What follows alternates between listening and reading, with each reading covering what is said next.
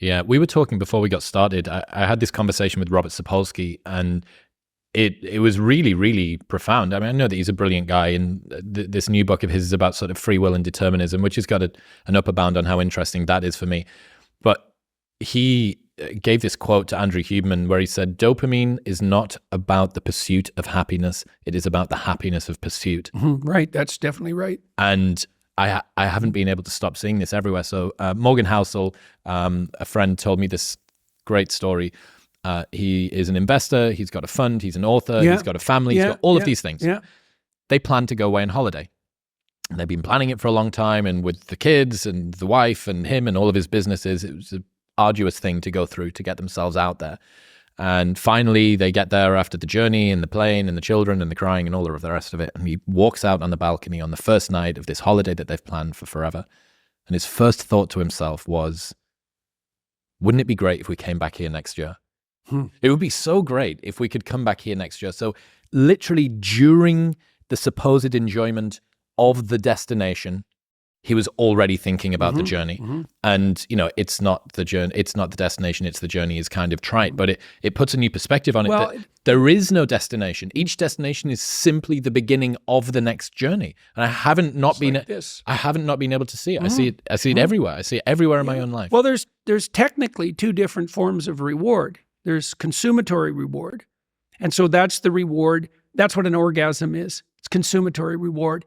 It brings the behavioral and perceptual sequence to a halt. It ends it, right? At the climax, it ends it. But then it's over. That journey is over, right? Then there's the dopaminergic reward that Sapolsky was talking about. And dopaminergic reward is evidence of advancement towards a goal, right?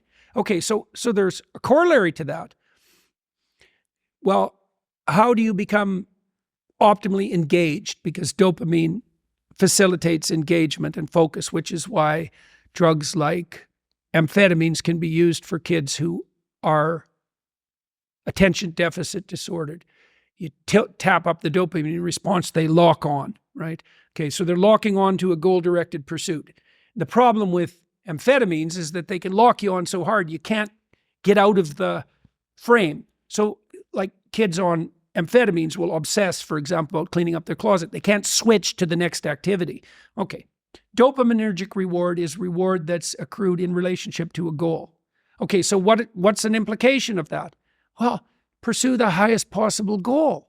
Well, why? Because the kick from advancement is higher. Now, you have to balance that. It can't be, you have to advance, right? Because imagine the reward's got two components. Number one is you're moving towards something valuable. Okay, so you want it to be as valuable as possible. Okay, but you have to be moving. So it can't be so valuable that it's out of your reach. If you're going to walk to the moon, I'm not going to be able to see every single increment that I make. Yes. You want to get to the moon. That's right. You can't walk there. So it's a bad plan. You need something extremely valuable that you can move towards.